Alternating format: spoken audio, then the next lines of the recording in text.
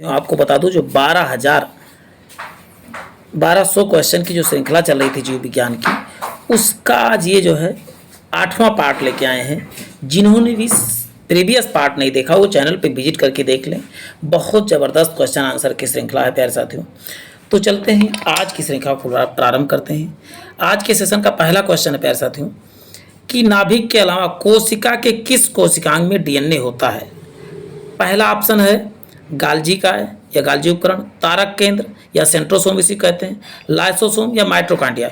तो इसका उत्तर प्यारे साथियों क्या हो जाएगा? इसका उत्तर हो जाएगा माइट्रोकांडिया में होता है, यानी कि ऑप्शन क्या हो जाएगा आप बताएंगे, डी करेक्ट हो जाएगा। यानी माइट्रोकांडिया में क्या होता है? डीएनए होता है। श्वसन प्रक्रिया कहाँ पर होती है तो आप बताओगे माइट्रोकांडिया में ही होती है। ऊर्जा का निर्माण तो किस में होता है? तो माइट्रोकांड्रिया में होता है। और किसके द्वारा होता है? तो क्रेब्स चक्र के द्वारा। क्रेब्स चक्र के द्वारा जो क्या होता है, ऊर्जा का निर्माण होता है। चलते हैं नेक्स्ट क्वेश्चन देखते हैं प्यारे साथियों। नेक्स्ट क्वेश्चन है प्रकंपित कोशिका मृत्यु की कोशिकाओं यानी मृत कोशिकाओं में आणविक नियंत्रण को कहते हैं। क्या कहते हैं? काल विभाजन कहते हैं, एजिंग, या एपोप्टोसिस कहते हैं, या डीजनरेशन कहते हैं, या ऊतकक्षय कहते हैं। तो आपको इसका उत्तर समझ में आ गया होगा। क्या कहते हैं इसको? तो इसको बोलते हैं एपोप्टोसिस कहा जाता है, या कहा था प्रकमित यानी कोशिका जो मृत्यु की कोशिकाओं को आणविक नियंत्रण करते हैं, मरी हुई कोशिकाओं पर जो नियंत्रण करता है उस प्रक्रिया को क्या बोलते हैं? एपोप्टोसिस कहा जाता है। चलते ही मानव शरीर के कौन से अंग में लसिका कोशिकाएं बनती हैं? तो क्या बताओगे? पहला ऑप्शन है दीर्घस्थि में, यकृत में, अग्न्याशय में या तिल्ली में। तो इसका उत्तर प्यारे साथियों क्या हो जाएगा? तो इसका उत्तर हो जाएगा आपका डी करेक्ट हो जाएगा, यानी कि तिल्ली या प्लीहा में क्या होती हैं? लसिका कोशिकाएं जो है बनती हैं। कहाँ पर बनती है लसिका कोशिकाएं या लिम्फ कोशिकाएं या लिम्फ सेल कहाँ पर बनता है? तो आप क्या बताओगे? तिल्ली या स्प्लीन जो है लिम्फ कोशिकाएं। देखिए इसको ब्लैक मोड में रख रहा हूँ कि आप सबको देखने में आँख पे डिफेक्ट ना पड़े, तो उसको मैंने इसलिए ब्लैक मोड में कर दिया है, नाइट मोड में कह सकते हैं इसको। चलते हैं नेक्स्ट क्वेश्चन है। क्वेश्चन है डीएनए में नहीं पाया जाता। क्या डीएनए में नहीं पाया जाता है? तो एडेनिन नहीं पाया जाता, कि गुआनिन, की यूरेसिल, की इनमें से कोई नहीं। तो इसका उत्तर प्यारे साथियों क्या हो जाएगा? सी, गुआनिन नहीं पाया जाता है। किसमें? डीएनए में गुआनिन नहीं पाई। बहुत ज़्यादा डिस्क्रिप्शन नहीं करूँ क्योंकि कहीं ना कहीं इसका डिस्क्रिप्शन नेक्स्ट क्वेश्चन में ही मिलने वाला है आपको। तो डीएनए में क्या नहीं पाया जाता तो बताओगे गुआनिन नहीं पाया जाता है। इसके जगह क्या पाया जाता तो बताओ यूरेसिल पाया जाता है। चलते हैं नेक्स्ट क्वेश्चन देखते हैं। मानव जीनोम का अनुक्रमण सफलतापूर्वक किसने किया था? तो कब हुआ था? सफलतापूर्वक कब किया गया? सन 2000 में, 1955 में, 10 में या 15 में। तो इसका उत्तर प्यारे साथियों क्या होगा? तो जीनोम का अनुकरण जो है या प्रतिलिपि कब बनाई गई? तो आप क्या बताओगे? सन 2001 में बनाई गई थी, यानी कि उत्तर क्या हो जाएगा? ऑप्शन ए करेक्ट हो जाएगा। चलते हैं नेक्स्ट क्वेश्चन देखते हैं। चलो क्वेश्चन का इसका आंसर डायरेक्ट हम ऑनलाइन के फॉर्म में करवा देते हैं। जीवन की उत्पत्ति के समय पृथ्वी का वातावरण कैसा था? तो आप क्या बताओगे? अपचायक था। कैसा था? तो आप बताओगे उपचायक नहीं, अपचायक था। चलते हैं नेक्स्ट क्वेश्चन देखते हैं। क्वेश्चन है प्रोटीन संश्लेषण में निम्न कोशिकाओं में से किसकी भूमिका सबसे अधिक होती है? तो पहला है अंतःप्राज्यर्भ जालिका या इंट्रोप्लाज्मिक रेटिकुलम या राइबोसोम, लाइसोसोम और सेंट्रोसोम, गाल्जी का उपकरण और माइट्रोकांडिया, लाइसोसोम और माइट्रोकांडिया। तो इसका उत्तर प्यारे साथियों क्या हो जाएगा? तो इसका उत्तर आप क्या बताएंगे? इसका उत्तर हो जाएगा ऑप्शन ए करेक्ट हो जाएगा। प्रोटीन संश्लेषण कहाँ कहाँ होता है? तो आप बताओगे अंतःप्राज्यर्भ जालिका और राइबोसोम में होता है। क्या? प्रोटीन का संश्लेषण होता है। दो जगह आपको याद रखना है। जैव कोशिका का कौन सा भाग पावर हाउस कहा जाता है? पावर हाउस किसे कहते हैं? तो इसका बहुत विदित आंसर है, सबको पता होगा। केंद्र को कहते हैं कोशिका भित्ति, माइट्रोकांड्रिया संपूर्ण कोशिका को। तो कोशिका का पावर हाउस किसे कहते हैं? तो आप बताओगे माइट्रोकांड्रिया को जो है कोशिका का पावर हाउस, क्योंकि ऊर्जा का निर्माण क्या होता है? माइट्रोकांड्रिया में ही होता है। माइट्रोकांड्रिया की खोज किसने किया था? तो आप बताओगे अल्टमैन ने किया था। क्वेश्चन है निम्न में से किस कोशिकांग को कोशिका का पावर हाउस कहा जाता है? देखिए बात वही हो गई। तो आप बताओगे माइट्रोकांड्रिया को जो है कोशिका का पावर हाउस कहा जाता है, यानी ऑप्शन ए करेक्ट हो जाएगा। चलते हैं। प्लाज्मा झिल्ली किसकी बनी होती है? लिपिड की बनी होती, प्रोटीन की बनी होती, कार्बोहाइड्रेट। तो प्लाज्मा झिल्ली आपको क्या बता दें किसकी बनी होती, तो आप क्या बताओगे? ऑप्शन डी करेक्ट हो जाएगा। ए और बी दोनों, मतलब लिपिड तथा प्रोटीन दोनों की बनी होती। क्या प्लाज्मा झिल्ली किसकी? लिपिड की बनी होती तथा प्रोटीन की बनी होती। दोनों आपको याद रखना है प्यारे साथियों। क्वेश्चन है, पादप कोशिका जंतु कोशिका किस प्रकार भिन्न है? किस प्रकार से भिन्न है? तो आपको बता दूं, पादप कोशिका में क्या पाया जाता है, तो आप बताओगे पादप कोशिका में कोशिका भित्ति पाई जाती है और सभी चीज़ें तीनों जो है कॉमन पाई जाती है, लेकिन पादप कोशिका में क्या है? कोशिका भित्ति पाई जाती है। जबकि मनुष्य के कोश यानी कि कह सकते हो जंतु कोशिका में कोशिका भित्ति नहीं, केवल और सभी चीज़ें लगभग कॉमन होती है, लेकिन कोशिका भित्ति कॉमन नहीं होती। पीत भिन्न, ये देख कार्पस ल्यूटम कहाँ पाई जाने वाली कोशिकाओं को का सहित है, तो क्या बताओगे? अंडाशय में पाई जाती है कि मस्तिष्क में कि अग्नाशय में, प्लीहा में? तो इसका उत्तर क्या हो जाएगा प्यारे साथियों? तो इसका उत्तर आप क्या बताओगे? अंडाशय में क्या होती? पीत पिंड नामक कोशिका पाई जाती है। चलते हैं। अंडाशय महिलाओं में होता है। चलते हैं नेक्स्ट क्वेश्चन देखते हैं प्यारे साथियों। जैव कोशिका में भिन्न में से क्या उपस्थित होता है? केंद्र उपस्थित होता है, सेलुलोज की कोशिका भित्ति होती है कि माइटोकॉन्ड्रिया, कि इनमें से कोई नहीं? तो इसका उत्तर क्या हो जाएगा आपको बता दूं, इसका उत्तर हो जाएगा आपका डी करेक्ट हो जाएगा, यानी इनमें से कोई नहीं। जैव कोशिका निम्न में से क्या अनुपस्थित होता? तो कोई नहीं, केंद्रक भी नहीं होता, सेलुलोज की कोशिका भित्ति भी नहीं, माइटोकॉन्ड्रिया, तीनों नहीं होती जैव कोशिका में। तो याद रखना है तीनों ऑप्शन जैव कोशिका में। क्वेश्चन है प्रत्यास्थ इलास्टिक ऊतक या टिश्यू जो हड्डियों को एक साथ पकड़े रहते हैं उन्हें क्या कहा जाता है?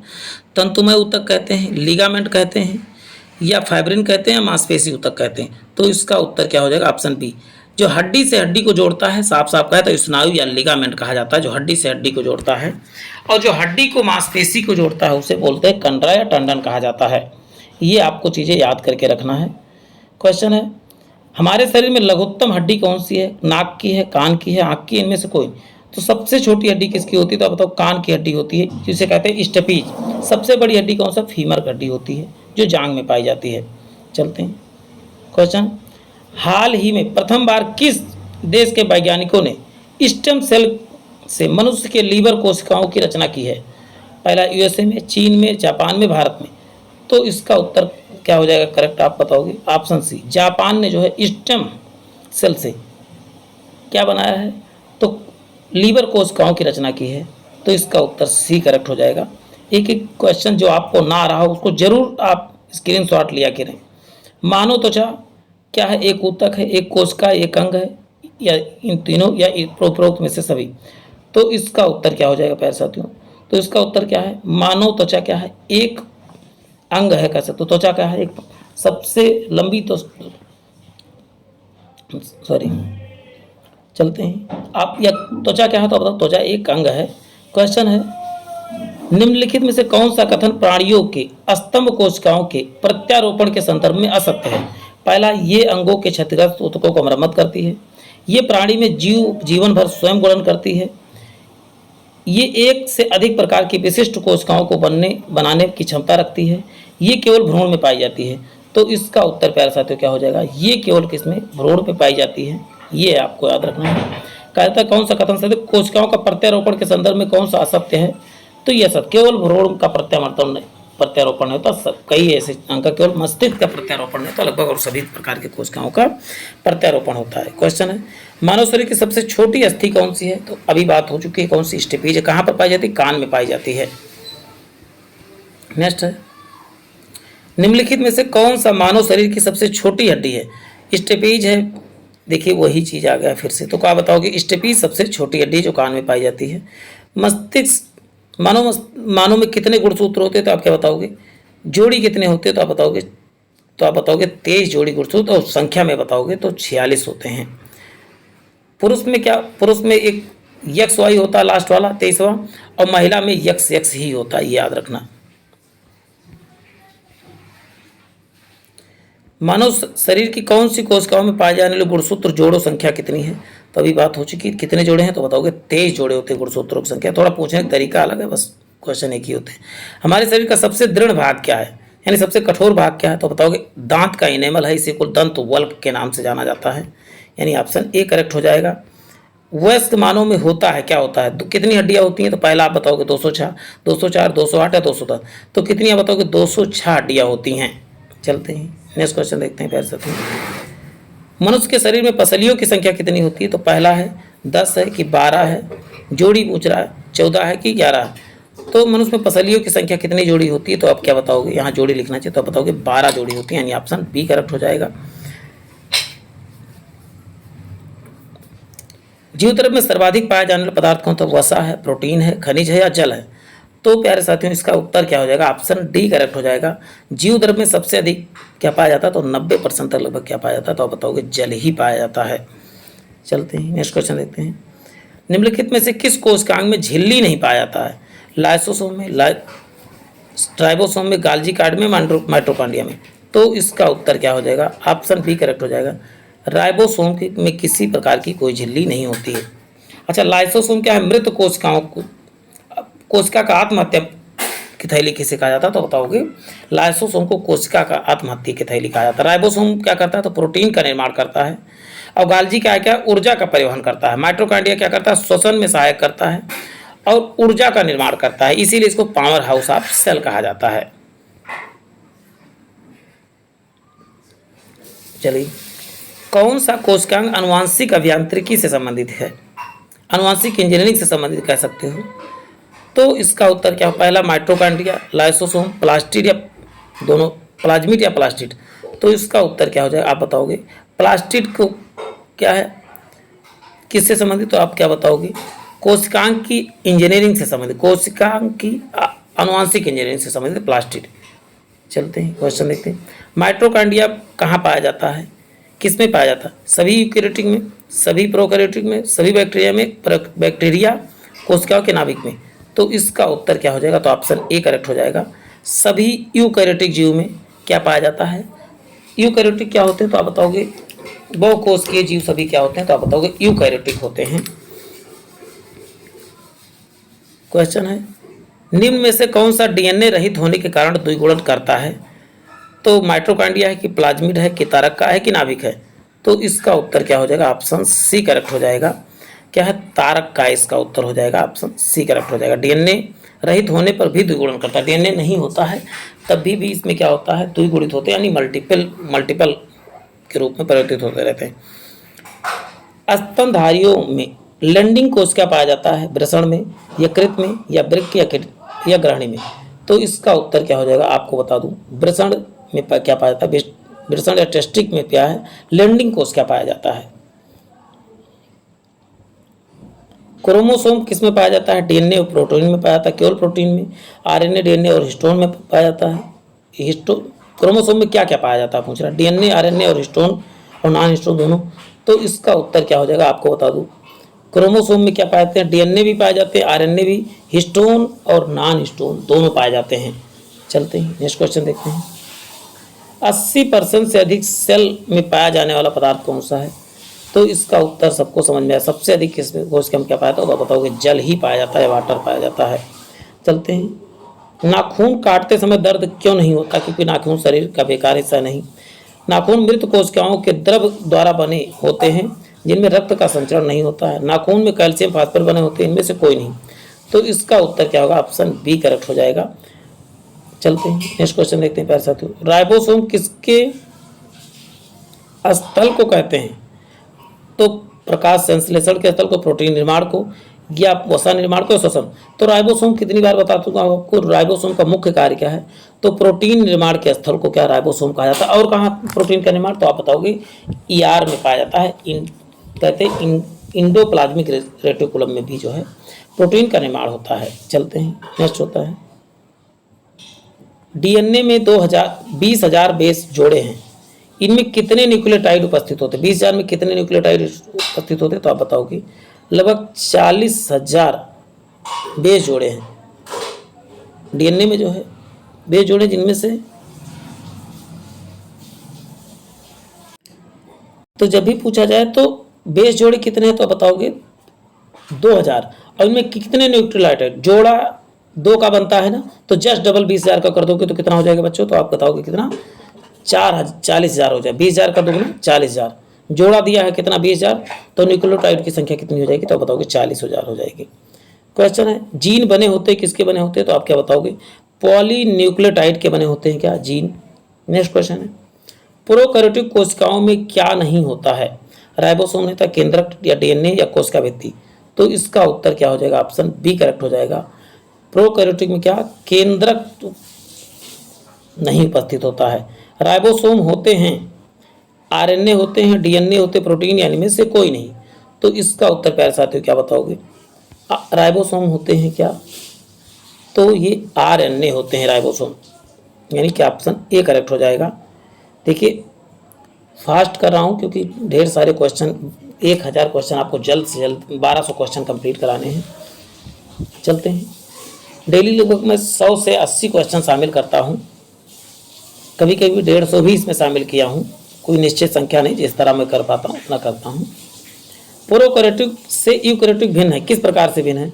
तो पहला है क्रोमोसोम के कारण, स्पष्ट झिल्ली अनुपस्थित होने, फ्लैजेला के 9+2 संरचना कारण, डीएनए प्रोटीन के जुड़ाव के कारण। तो इसका उत्तर क्या हो जाएगा? तो आप बता दूं इसकी प्रोकैरियोटिक से यूकैरियोटिक भिन्न क्या होता है? तो प्रोकैरियोटिक में क्या होता है? स्पष्ट झिल्ली की अनुपस्थिति होती है, ये याद कर रखना, स्पष्ट झिल्ली की अनुपस्थिति। क्वेश्चन निम्नलिखित कथनों में से कौन सा सही है? तो इसमें देखिए आंसर देखिए क्या है, वनस्पति और जंतु दोनों कोशिकाओं में कोशिका कला होता है। दोनों में क्या? कोशिका कला होता है, उपकला कह सकते हैं, कला दोनों। क्वेश्चन है कोशिका का जीवित अंश जीव द्रव प्रोटोप्लाज्म कहलाता है, यह बात या किससे बना होता प्रोटोप्लाज्म? कोशिका द्रव को केंद्रक द्रव से, केवल कोशिका द्रव से, केवल केंद्रक द्रव से, या कोशिका द्रव को केंद्रक द्रव अन्य कोशिकांग से? तो इसका उत्तर क्या हो जाएगा? तो आप बता दो इसका उत्तर किसका बना होता है? तो कोशिका द्रव, केंद्रक द्रव तथा अन्य कोशिकाओं से क्या बना होता है? तो आप बताओगे जीव द्रव या प्रोटोप्लाज्म। जीवन की भौतिक इकाई क्या कहते हैं? तो आप बताओगे प्रोटोप्लाज्म या जीव द्रव को ही कहा जाता है। युग्मक संलयन के परिणाम स्वरूप क्या बनता है? तो द्विगुणक बनता है, अगुणित बनता है, अचल परयुग्म या तहसील परयुग्म? तो इसका उत्तर आपको समझ क्या बनता है? द्विगुणक युग्मज बनता है। किसके? युग्मक संलयन या जायगोट जिसे कहते हैं। तो आप बताओ द्विगुणित होते हैं या मल्टीप्लाई होते हैं तब बनते, कह सकते हैं साफ साफ। कोशिका की आत्महत्या की थैली कहा जाता है किसे? राइबोसोम को, लाइसोसोम को, न्यूक्लियोसोम को, या गाल्जी काय को? तो इसका उत्तर प्यारे साथियों क्या हो जाएगा? ऑप्शन बी करेक्ट हो जाएगा, लाइसोसोम को कहा जाता है। चलते हैं नेक्स्ट क्वेश्चन देखते हैं। लाइसोसोम बनता है किससे? सेट्रियोज से, माइटोकॉन्ड्रिया से, प्लाज्मा झिल्ली से, गाल्जी काय के से? तो इसका उत्तर क्या हो जाएगा? इसका उत्तर हो जाएगा डी करेक्ट हो जाएगा, यानी गाल्जी काय से बनता है।